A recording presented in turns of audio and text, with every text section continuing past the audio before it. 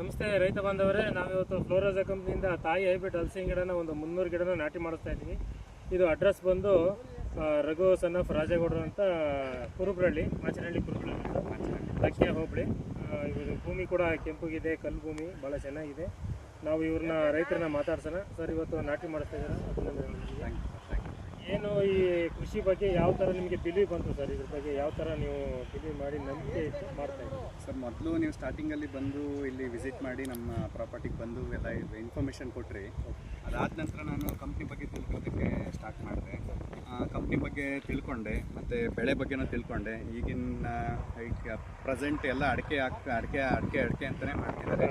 ಏನೋ ಬೇರೆ ಬೆಳೆ ಇರಲಿ ಅನ್ನೋ ಕಾರಣಕ್ಕೋಸ್ಕರ ನಿಮ್ಮಿಂದ ಇನ್ಸ್ಪೈರ್ ಆಗಿ, ನೀವು ಹೇಳಿದ ಮಾಹಿತಿಯಿಂದ ಇನ್ಸ್ಪೈರ್ ಆಗಿ ಮಾಡ್ತಿದ್ದೀನಿ ಸರ್. ಖಂಡಿತ ಸರ್, ಒಳ್ಳೆಯದಾಗುತ್ತೆ. ನಾವು ಬೈಬ್ಯಾಕ್ ಕೂಡ ಮಾಡ್ತೀವಿ. ಒಳ್ಳೆ ವಿಚಾರನ ಅಂದ್ಕೊಂಡ್ರಿ.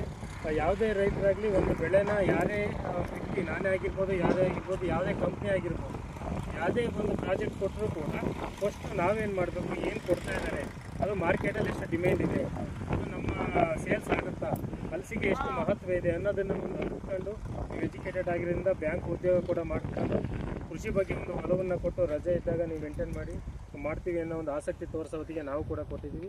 ನಾವು ಖಂಡಿತವಾಗೂ ಬೈಬ್ಯಾಕ್ ಮಾಡ್ತೀವಿ ಸರ್. ನಿಮಗೆ ಒಳ್ಳೆಯದಾಗಿ. Thank you sir. ನಿಮ್ಮಂಥ ಫೀಲ್ಡ್ ಆಫೀಸರ್ ಇದ್ದಾಗ ರೈತರಿಗೆ ತುಂಬ ಅನುಕೂಲ ಆಗುತ್ತೆ. Thanks sir. Thank you sir. ಸ್ಪಂದಿಸಿದ್ದೀರಾ, ಖಂಡಿತವಾಗ್ಲೂ ಒಳ್ಳೆಯದಾಗುತ್ತೆ. ಆದಷ್ಟು ರೈತರು ನಾಟಿ ಮಾಡಿ ಹೊಸದಾಗಿ ಮಾಡ್ತಕ್ಕಂಥ ರೈತರು ಫ್ಲಾಟನ್ನು ವಿಸಿಟ್ ಮಾಡಿ ತಿಳ್ಕೊಳ್ಳಿ. ಹಲಸಿಗೆ ಖಂಡಿತವಾಗ್ಲೂ ಮಾರ್ಕೆಟಿಂಗ್ ಇದೆ, ಬೆಳೀರಿ, ಆರ್ಥಿಕವಾಗಿ ಎಲ್ಲರೂ ಕೂಡ ಚೆನ್ನಾಗಿರಿ ಅಂತ ಹೇಳ್ತಾ ಈ ವಿಡಿಯೋನ ಮುಗಿಸ್ತಾ ಇದ್ದೀವಿ. Thank you.